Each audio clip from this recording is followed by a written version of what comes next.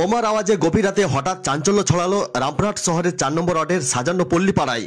বুধবার রাতের অন্ধকারে দুলাল হাজারের বাড়িতে কে বা কারা বোমা ছুড়ে আতঙ্ক সৃষ্টি করে, যার ফলে বিস্ফোরণের বিকট শব্দে কেঁপে ওঠে গোটা এলাকা। ঘুম ভেঙে পড়ে এলাকার বাসিন্দাদের। ঘটনার সময় দুলাল হাজারার পরিবার বাড়িতে উপস্থিত থাকলেও সৌভাগ্যবশত কেউ হতাহত হননি বলে স্থানীয় সূত্রে জানা গেছে। তবে কোনো ব্যক্তিগত শত্রুতা না থাকলেও উদ্দেশ্য প্রণোদিতভাবে হামলা হতে পারে বলে ধারণা স্থানীয়দের।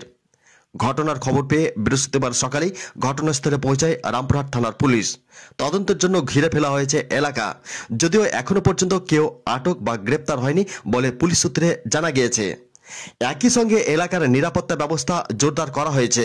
কারা এর পেছনে রয়েছে তা প্রশাসনের তরফে খতিয়ে দেখা হচ্ছে। প্রশাসন জানিয়েছে বর্তমানে পরিস্থিতি নিয়ন্ত্রণে রয়েছে, তবে এলাকায় চাপা উত্তেজনা তৈরি হয়েছে। এলাকাবাসীর দাবি, দোষীদের চিহ্নিত করে কঠোর শাস্তি দিতে হবে। এই ধরনের ঘটনায় সাধারণ মানুষের নিরাপত্তা নিয়ে উঠছে প্রশ্ন। পুলিশ ও প্রশাসনের ওপর চাপ বাড়ছে সুষ্ঠু তদন্ত ও দ্রুত পদক্ষেপ গ্রহণের জন্য।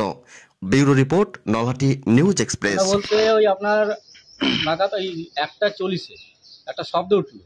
শব্দ ওঠার পর আমি বেরিয়ে এলাম, দেখি মা তো পেশেন্ট মানুষ বসে চিৎকার, ওকে নিয়ে আমরা সামলাতে পারছি না। বাড়িতে ধুমো ওরা লাল হয়ে গেছে, পাশের বাড়িতে আগুন ছিটকে গেছে।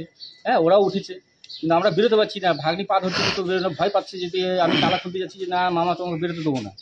আমি যে মাকে সামলালাম, জল দিয়ে, তারপরে তালা খুলে যখন বেরিয়ে আসছি, বেরিয়ে আসার পর দেখছি ধুমোর পর পাড়ার ছেলেগুলো অনেক রাত অবধি ওখানে বসে থাকে।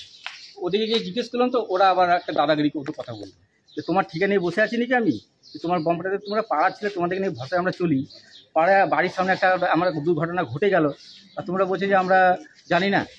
এটা আবার কি করে হয়? কাউকে চিনতে পেরেছেন কারা বোম মেরেছে? চিনতে পারিনি, কিন্তু সব বাচ্চা ছেলে, সব পুরো অন্ধকার সময় ছিল আর বাড়িতে পুরো ধুঁয়ো।